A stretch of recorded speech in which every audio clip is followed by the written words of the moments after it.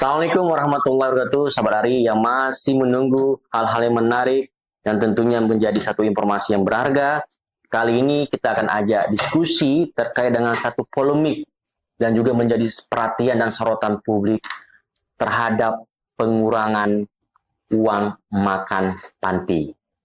Nah, tentunya ini juga tidak terlepas dari hal yang dilontarkan oleh pengamat kebijakan publik, ya, yang menyatakan bahwa ada permainan dari dinas sosial, khususnya kepala dinas sosial terkait dengan pengurangan uang makan di panti, ya, dan juga menjadi satu hal yang terkesan sengaja untuk di framing seperti itu, atau memang bagian yang memang belum diketahui publik seperti apa kondisi realitasnya.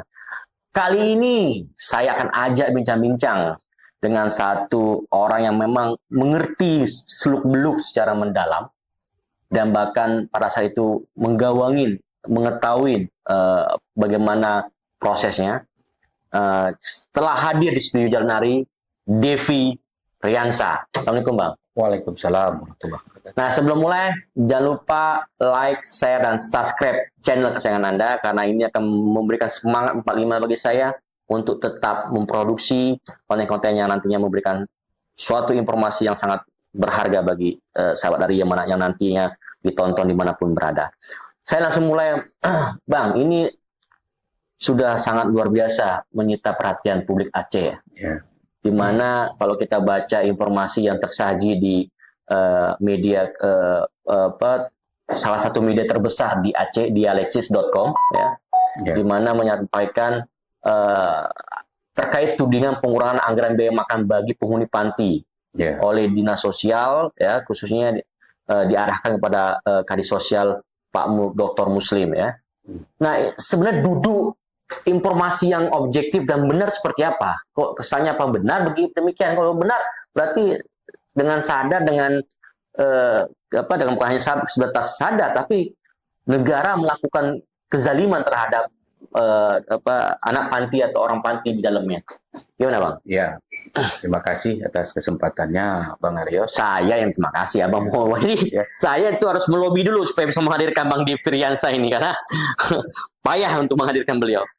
Ya, jadi kita harus pahami dulu, siapapun itu termasuk pakar kebijakan. Sesuatu itu kalau dinas yang melaksanakan, semua itu kan harus dengan aturan. Betul? Ya, sepakat. Karena dinas mengelola uang negara. Ya. Memang benar yang disampaikan itu ada perbedaan harga antara permakanan panti tahun ini dengan tahun lalu. Nah, tentu kita sebagai orang yang memiliki kebijaksanaan, hal ini seharusnya kita tanyakan dulu, kita konfirmasi dulu, kenapa ini terjadi? Karena ini terjadi pada sebuah dinas, pasti ada regulasi-regulasi. Yeah. Ada dasar sehingga dinas melakukan itu. Perlu saya sampaikan bahwasanya semua anggaran yang ada di SKPA besarannya itu ditetapkan melalui standar biaya umum pemerintah Aceh yang ditetapkan setiap tahunnya melalui keputusan gubernur. Oke, lanjut.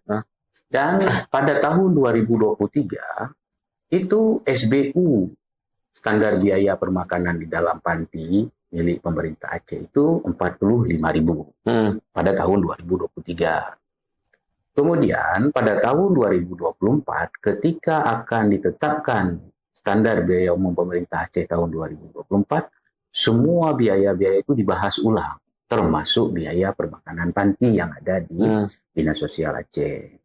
Nah, saat pembahasan itu, tim pembahas menyatakan bahwa anggaran sebesar 45.000 itu tidak bisa ditetapkan lagi dalam SPU karena harus mengacu kepada PMK nomor 49. Ya, betul nih. Nah, di dalam PMK itu disebutkan dalam tabel lampiran 9.3 itu sudah dibuat tabelnya di lampiran itu bahwasanya untuk biaya permakanan panti untuk wilayah Aceh itu sebesar 27.000 per anak per hari. Nah, lantas dengan SBM tahun 2024 yang dikeluarkan Kementerian Keuangan, relevan cocok memang itu menjadi satu rujukan? Ya, karena itu yang menjadi dasar dikeluarkannya SBU tahun 2024 oleh Oke, pemerintah. berarti saya menerangnya dari kebijakan Kementerian Keuangan Betul. diturunkan Ke SBU. SBU itu menjadi dasar Ya. bagi kebijakannya. Nah, jadi dari SBU itulah yang sudah ditetapkan itu kita membuat perencanaan untuk tahun 2024. Karena tahun 2024 ini kan anggarannya disiapkan pada akhir tahun 2023. Iya. Nah, pada saat itu Pak Muslim belum masuk ke Dinsos. Dan Abang sebagai PLT ya? Betul, saya PLT Kadis, jadi saya tahu persis. Nah, itu yang maksud saya sahabat Ari. Beliau ini memang pelaku untuk mengetahui bagaimana seluk-beluk anggaran makan untuk panti. Ya, jadi setelah itu beliau masuk itu 2 Januari 2024. Sementara DPA yang Dinas Sosial itu sudah disiapkan, cuman belum disahkan karena Berarti belum sampai 2 tahun berarti ini ya? belum, Pak. Berarti Pak Kadis Sosial menjabat sampai belum tahun, belum 2 tahun ya? Setahun aja belum. Setahunnya belum ya? Setahun aja belum. Makanya agak aneh kalau ada yang menyatakan Pak Kadis sudah 2 tahun lebih, berarti kan kurang membaca. Itu dia, mungkin. Kurang informasi. Ya, kurang informasi. Ya. Nah, jadi itu. Jadi memang kami dalam perjalanan tetap mengadvokasi agar permakanan ini bisa kembali lagi ke 45.000. Nah, kemarin kita sudah membahas lagi dengan tim pembahas SBU pemerintah Aceh. Kita sudah usulkan kembali.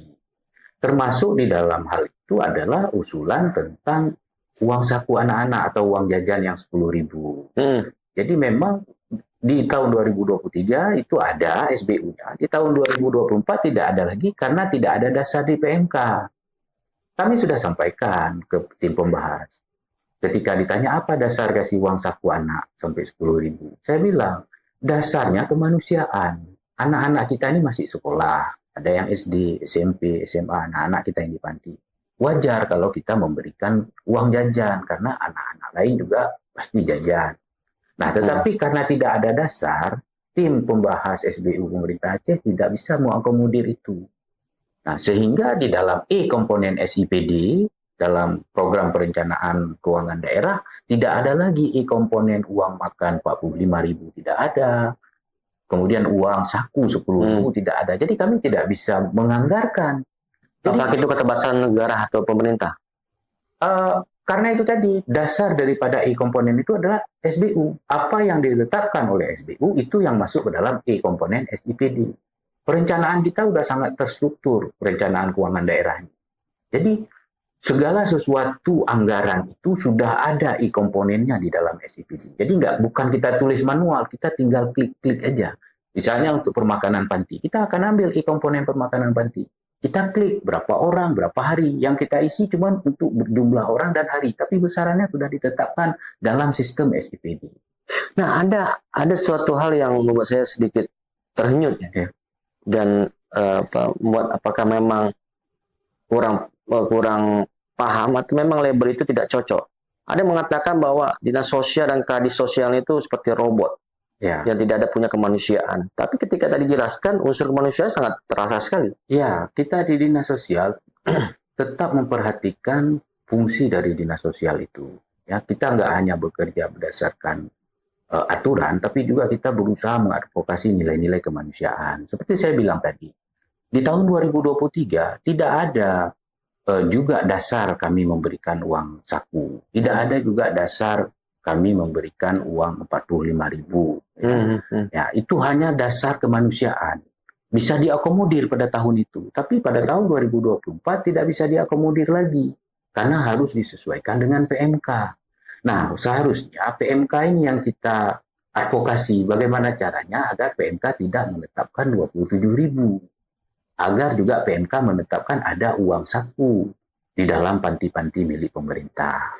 Nah, artinya ketika kondisi aturan yang memang menegaskan seperti itu tentang alokasi uang untuk uang makan dan uang saku bagi anak panti, tetapi kan menjadi satu dilematisnya, ini kan kesannya seolah-olah apa yang dilakukan oleh dinas sosial itu tidak punya rasa kemanusiaan, sedangkan teman-teman bekerja dengan aturan, dengan apa yang sudah tertera dalam ketentuan SBU dan juga ketentuan PMK dan juga ketentuan SBM, tetapi ketika dihadapi pada ketidakpahaman informasi oleh banyak orang, apa yang dalam benak dinas sosial selain merespon itu?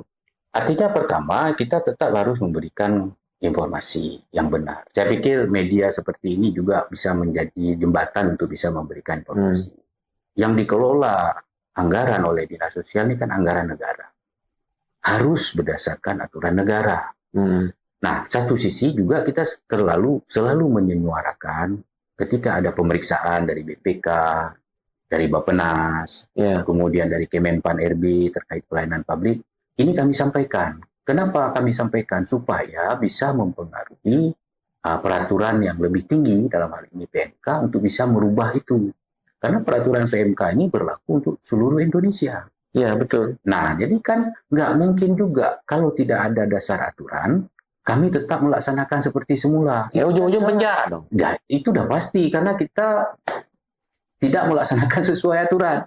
Nah, memang kadang aturan ini ketika kita sandingkan dengan nilai-nilai kemanusiaan, mungkin ada yang tidak bisa sejalan. Tidak relevannya. Ya, tidak bisa sejalan kita ini kan.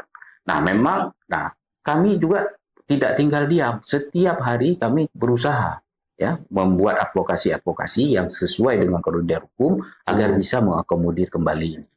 Saya berharap dan saya yakin untuk SBU tahun 2025 nanti anggaran ini SBU-nya bisa ditetapkan kembali karena sudah kita sampaikan berulang kali. Mudah-mudahan ini disetujui dalam SBU baru. Nah, jadi sahabat Ari, ada hal yang positif yang tadi disampaikan bahwa ada advokasi dan ada upaya serius dari dinas sosial dan tentunya janganlah mudah langsung mengecap, menuduh bahwa dinas sosial itu robot, bahwa tidak ada rasa kemanusiaan. Sekarang kan sudah mulai terbuka. Nah, kenapa saya hadirkan orang utama dari dinas sosial ya untuk memberikan informasi ini supaya tidak menjadi polemik dan dipolitisir. Nah, saya ingin mendalami lagi. Nah, kalau umpamanya sudah diketahui informasi ini oleh publik dan ada upaya yang dilakukan oleh dinas sosial untuk melakukan advokasi terkait dengan anggaran panti dan khususnya anggaran makan dan uang saku. Nah, apakah dalam tanda kutip ada ingin dilakukan upaya-upaya untuk melakukan advokasi lebih tinggi kepada orang-orang yang kurang paham, misalkan menghadirkan mereka, undang mereka ke acara dinas sosial ataupun kalau perlu duduk ya, agar juga karena kan gini, orang kan belum ngerti jadi main label capek dalam artian keterbatasan informasi membuat seolah-olah ini menjadi buruk di mata mereka. Ya, sebagai orang modern ya yang hidup di zaman sekarang, kita selalu mengedepankan diskusi. Apalagi kalau kita berbicara dengan status kita sebagai provinsi dengan syariat Islam. Segala sesuatu itu harus kita bicarakan. Dan waktu kita berbicara terhadap suatu masalah, kita jangan cari siapa yang salah. Tapi apa masalahnya? Itu yang kita selesaikan. Dan apa langkah kita untuk memperbaiki lebih baik? Apa langkah-langkahnya? Nah, inilah seharusnya ciri-ciri orang modern. Bagaimana kita bisa menanggapi suatu masalah dengan objektivitas yang tinggi, dengan mengedepankan nilai-nilai kemanusiaan. Nah, jadi kalau kita hanya menganggap sesuatu itu seperti pikiran kita tanpa data, ya tanpa fakta, ini tidak mencirikan sebagai orang modern. Kami dinas sosial sangat terbuka, siapapun boleh datang untuk berdiskusi untuk perbaikan ke depan.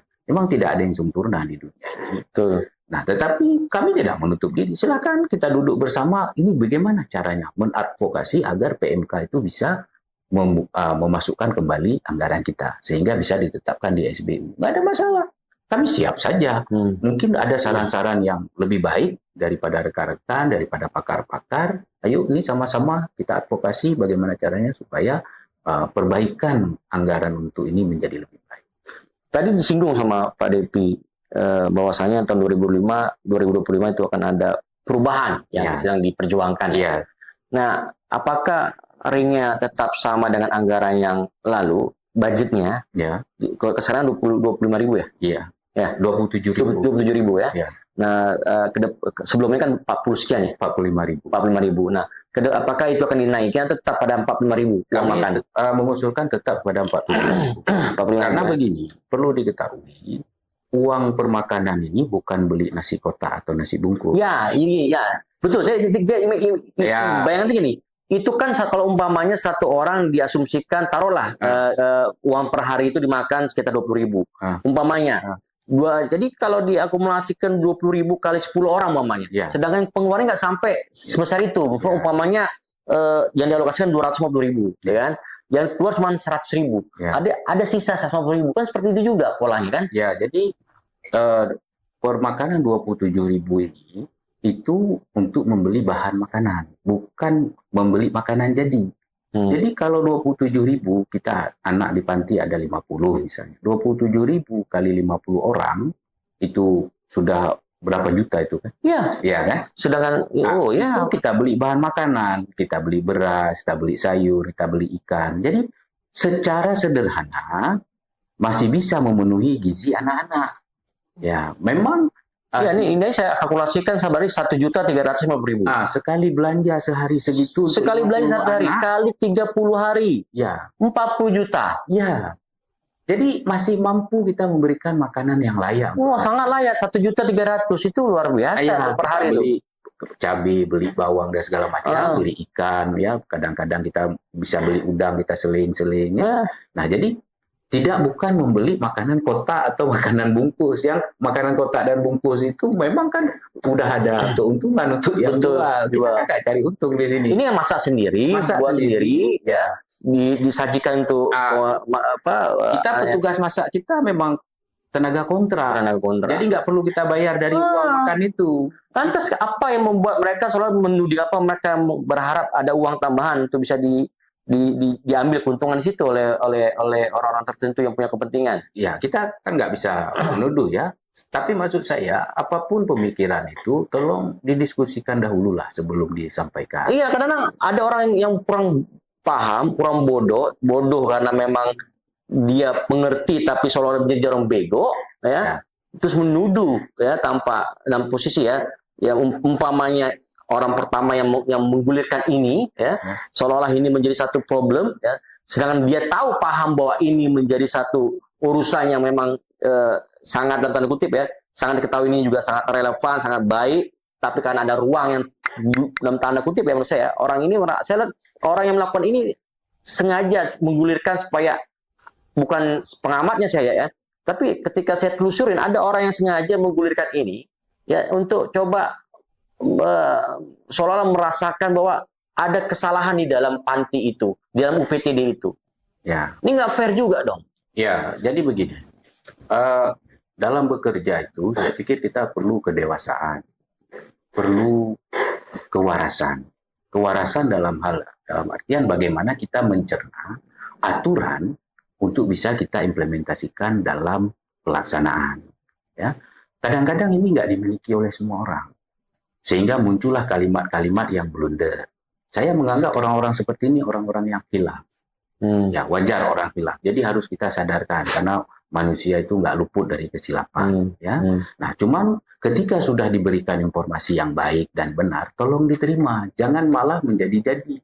Nah, ini bukan khilaf lagi nih. Kalau udah dikasih tahu, biasa orang khilaf itu kalau udah dikasih tahu dia sadar. Karena berarti main egonya. Ya, itu dia. Jadi mari sama-sama ketika kita berbicara untuk kepentingan rakyat, untuk kepentingan masyarakat, kepentingan anak yatim dan segala macam, kedepankan akal sehat dan berpikir positif. Tawadu dulu. Tabayun dulu lebih tepatnya. Jadi siapapun orang yang pengambil kebijakan, pemangku kebijakan dan juga yang menjalankan, wajib tabayun. Betul. Sebelum mengeluarkan pernyataan. Betul. Tak terasa sudah bincang-bincang singkat kita bersama Bang Devi Riansyah, tentunya banyak hal, dan sudah terungkap secara transparan dan akuntabilitas bagaimana permasalahan duduk informasi yang benar terkait uang makan panti dan juga uang saku. Saya selaku host tidak akan mengambil kesimpulan, tentunya sahabat Ari bisa mendapatkan informasi yang objektif, yang benar dari yang bersangkutnya, dari orang yang memang menjalankan fungsi dan perannya di dinas sosial. Sampai ketemu lagi bersama saya, tetap setia di channel kesayangan Anda, Jalan Ari. Salam Jalan Ari.